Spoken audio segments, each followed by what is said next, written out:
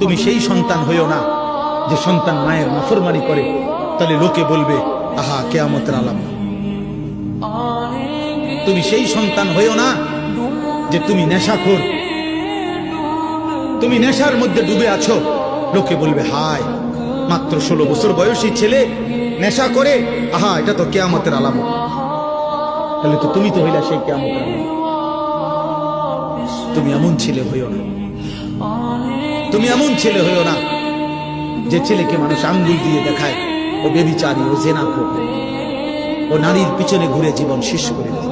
গুনার চিহ্ন দোস্ত, আল্লাহর কসম, গুনার চিহ্ন চেহারায় বোঝা যায়। আমি তো এখন যদি আমার হুজুরে মিজান সাহেব হুজুরে যদি এখন বলে যে বেনামাজি দাঁড় করাইতাম, আমি ইনশাআল্লাহ দাঁড় করাইতাম।